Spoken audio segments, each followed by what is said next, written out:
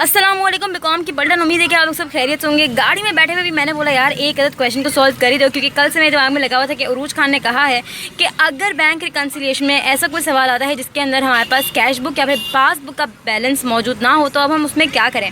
तो पुत्र जी मेरे को मिल गया 2015 प्राइवेट का बैंक रिकन्सिलिएशन जिसमें पासबुक की वैल्यू मौजूद ही नहीं है, बैलेंस हमारे पास।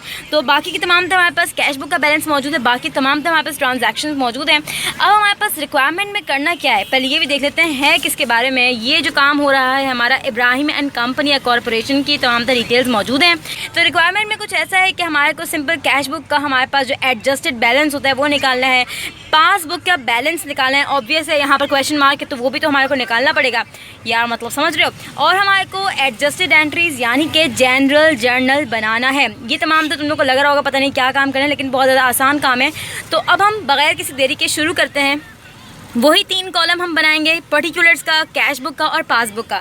बैलेंसेस एज पर करके हम लिख देंगे कैश बुक की हमारे पास वैल्यू मौजूद थी बैलेंसेस एज पर में, और हमारे पास पासबुक की वैल्यू मौजूद नहीं थी, तो यहाँ पर हमने क्वेश्चन मार्क डाल दिया। ठीक है बच्चा, अब ये बात दिमाग में रखना है, जब हमारे पास पासबुक में या फिर हमारे पास कैश बुक में अगर उसका बैलेंस मौजूद ना हो तो हम करेंगे क्या।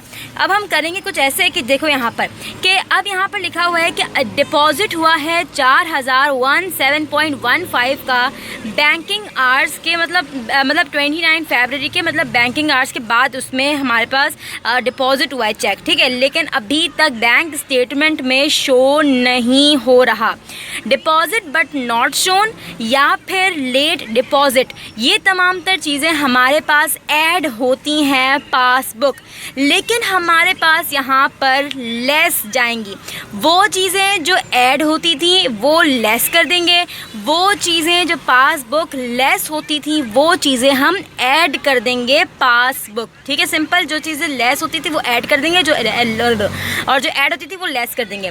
क्यों? क्योंकि हमारे पास अभी पासबुक का हमारे को बैलेंस निकालना है, तो इसका यही एक फॉर्मूला है कि जो चीज़ें लेस होती हैं उसको हम ऐड करते हैं और जो चीज़ें ऐड होती हैं उसको हम लेस कर देते हैं। तो भाई अब हमारे पास लेट डिपॉजिट और डिपॉजिट बट नॉट शोन हमेशा ऐड होता था पासबुक, लेकिन यहाँ पर हमारे को पासबुक की बैलेंसेस भी निकालना है, जिसकी वजह से इस पे हमारा उसूल थोड़ा चेंज हो गया और हमने यहाँ पर लेट डिपॉजिट और डिपॉजिट बट नॉट शोन या फिर बोल दो उसको हमने लेस करके डिनोट कर दिया है पासबुक के कॉलम में।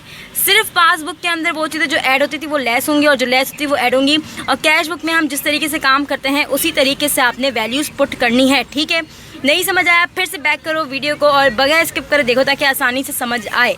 अब हमारे पास तीसरी क्या चीज़ है, तीसरा तो हो गया। अब हमारे पास फोर्थ वन क्या है कि नोट रिसीवेबल हमने कलेक्ट किए हैं, बैंक ने कलेक्ट किए हैं 45.00 के, लेकिन कैश बुक में शो नहीं हो रहे।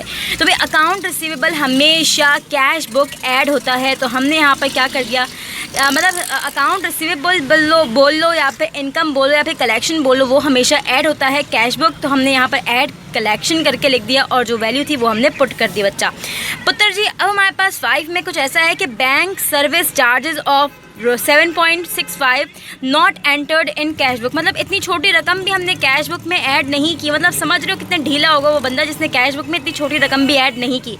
और ये बात भी है कि जो भी चार्जेस कोई भी एक्सपेंस वो तमाम तर लेस होते हैं कैश बुक, तो ये जो हमारे पास वैल्यू है वो हम लेस कर देंगे कैश बुक। ठीक है, अब हमारे पास 6th पे क्या है कि हमने चेक दिया था 8350.2 इशू किया था हमने ऑफिस इक्विपमेंट के लिए, लेकिन गलती से कैश बुक में हमने लिख दिया 85,3.02 का, मतलब हमने कम का दिया था चेक लेकिन हमने गलती से जो चेक था वो हमने ज़्यादा का लिख दिया कैश बुक में। तो इशूड बट रिटर्न रॉन्ग हमेशा ऐड होता है कैश बुक।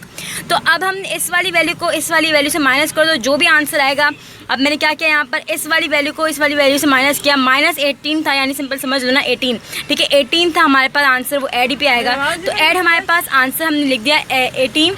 अब हमारे पास कैश बुक हमने 18 लिख दिया। तो चलते हैं यहाँ पर 7 के पास, चेक इशू हुआ है लेकिन अभी तक बैंक में भरा नहीं गया, but yet not paid by bank, मतलब बैंक की तरफ से अभी तक भरा नहीं गया। कौन कौन सा चेक है, ये 3 चेक्स हैं। अब हमारे पास अगर मैं तुम्हारे को एक अदद जनरल के की पॉइंट्स बताए हुए हैं कि क्या चीज़ ऐड होती है क्या चीज़ लेस होती है कैश बुक और पासबुक, तो तुम्हें ये पता चलेगा ये जो एंट्री है वो कहलाती है अनपेड चेक्स। ये जो चेक्स कहलाते हैं जो कि हमने दे दिए, इशू कर दिए, लेकिन अभी तक भरे ही नहीं गए, पे ही नहीं हुए, तो वो कहलाते हैं अनपेड चेक्स या फिर आउटस्टैंडिंग चेक्स। ठीक है, मैं पहले बता चुकी हूँ कि पासबुक में आउटस्टैंडिंग चेक्स और अनपेड चेक्स हमेशा लेस होते हैं, लेकिन हमारे पास यहाँ पर गेम ही कुछ उल्टी है कि हमारे पास पासबुक ही मौजूद नहीं है। जिस तरीके से हमने पहली वाली एंट्री में क्या किया, हालांकि लेट डिपॉजिट ऐड होता है पासबुक, लेकिन हमारे को यहाँ पर लेस करना पड़ा क्योंकि पासबुक के हमारे पास बैलेंसेस मौजूद नहीं है। अगर हमारे पास कैशबुक में भी ऐसा होता तो भी हमारे पास वो वैल्यूज़ जो ऐड होती हैं उसको माइनस कर देते हैं और वो वैल्यूज़ जो ऐड लेस हैं वो ऐड हो जाती हैं। ठीक है, तो अब हमारे पास जाहिर सी बात है जो लेस थी वो जो ऐड थी वो लेस पे आ गई, तो आउटस्टैंडिंग चेक के तमाम तर वैल्यूज़ को हमने पहले ऐड कर दिया तो 1802.97 वैल्यू बनी जो कि हमने ऐड कर दी।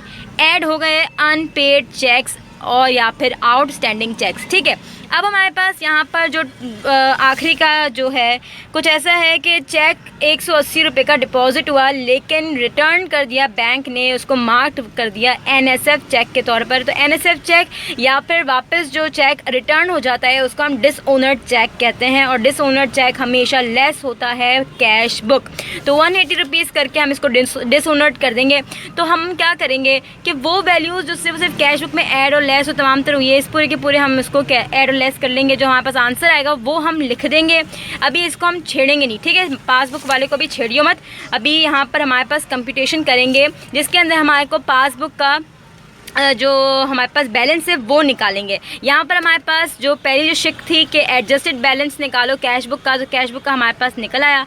और जब हमारे पास किसी भी कैश बुक की या फिर पासबुक की वैल्यूज़ मौजूद नहीं होती तो कभी भी उसके जो आंसर्स होते हैं वो इक्वल नहीं आते, इस बात को भी याद रखना।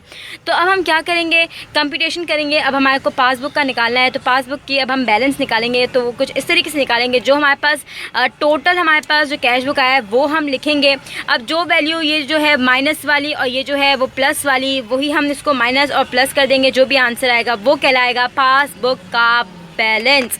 ठीक है बच्चा पार्टी, पासबुक का बैलेंस निकाल लिया।